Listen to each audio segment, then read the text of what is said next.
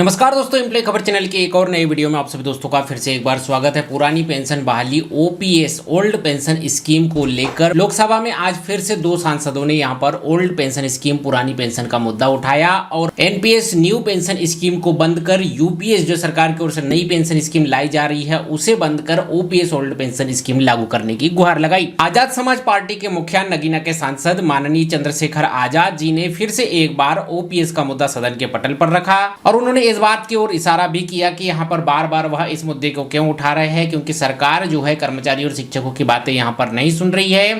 तो उन शिक्षकों और कर्मचारियों की ओर यहाँ पर जो है ध्यान आकर्षित करना चाहता हूँ कि सरकार आपकी बातें यहाँ पर सदन के पटल पर उठाने के बावजूद भी नहीं सुनती है। नहीं भरा जा रहा है, पुरानी पेंशन बहाल की जा रही है।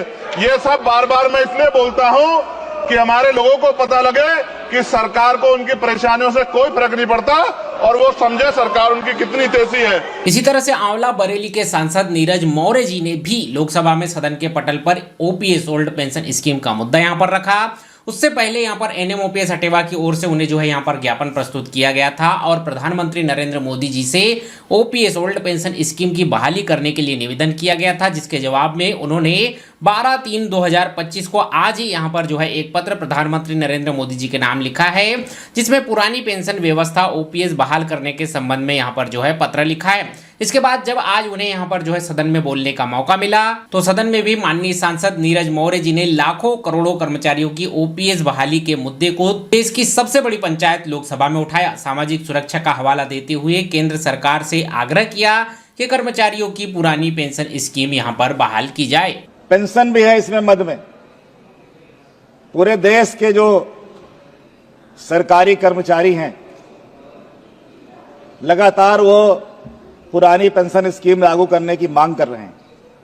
लगातार पुरानी पेंशन उनको बहाल की जाए इसकी मांग आ रही है, आंदोलन भी हो रहे हैं, लेकिन इसके बावजूद भी सरकार उसको लागू नहीं कर रही है। और जो सरकारी कर्मचारी हैं उनके बुढ़ापे का जो सहारा होती थी पेंशन, आज ये कहीं न कहीं जो सामाजिक सुरक्षा का संकट भी इससे पैदा हो रहा है।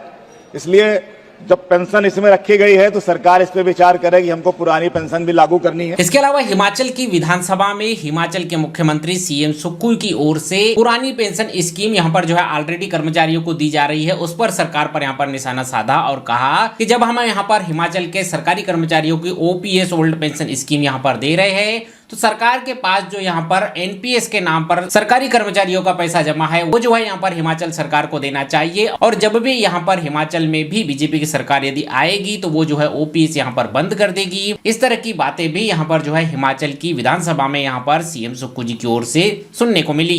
हमारी सरकार ने ओपीएस लागू की, आप 2003 पर चले गए। 2003 की बात नहीं है, हमने अपनी गारंटी में कहा कि हम ओपीएस अब सरकारी कर्मचारी और अधिकारियों को जिन्होंने प्रदेश के विकास में महत्वपूर्ण योगदान दिया ओपीएस लागू करेंगे। मुझे लगता है जिस तरह से आप चाहते हैं, आपके मन में तो ओपीएस लागू करना नहीं रहेगा। अब तो मेरे को लगता है कि जब कभी गलती से आ भी गए तो आप ओपीएस हटा दोगे, ऐसी भाषण से लगता है। एक फैसला हुआ, फैसले में ये फैसला हुआ कि सरकारी कर्मचारी एनपीएस में चले जाएंगे। ठीक है, उस फैसले में एक दृष्टिकोण अपनाया गया कि सरकारी कर्मचारी का ईपीएफ का अंशदान 10% होगा, सरकार का 14% होगा। वो उस समय का फैसला था। उस समय ओपीएस के बारे में किसी ने कल्पना नहीं की थी। और मैं आपको ये बताना चाहता हूं, सरकारी कर्मचारी के जो अंशदान है और जो सरकार का अंशदान है उस पर हमारा अधिकार है और जो सरकारी कर्मचारी है उनका अधिकार है। तो इस तरह से देश की सबसे बड़ी पंचायत लोकसभा में भी और विधानसभा में भी ओपीएस ओल्ड पेंशन स्कीम का मुद्दा यहां पर जो है गरमाया हुआ है। एनएमओपीएस हटेवा की ओर से लगातार यहां पर सांसदों और विधायकों को ज्ञापन प्रस्तुत करने, लोकसभा में इस मुद्दे को उठाने और प्रधानमंत्री नरेंद्र मोदी को पत्र लिखने का सिलसिला जारी है। और वहीं पर 1 अप्रैल को सरकारी कर्मचारी, शिक्षक कर्मचारी यहाँ पर जो है ओपीएस की मांग को लेकर काला दिवस मनाने का ऐलान किया है। वहीं पर 1 मई को दिल्ली के जंतर मंतर पर बड़ा आंदोलन करने की घोषणा भी की है।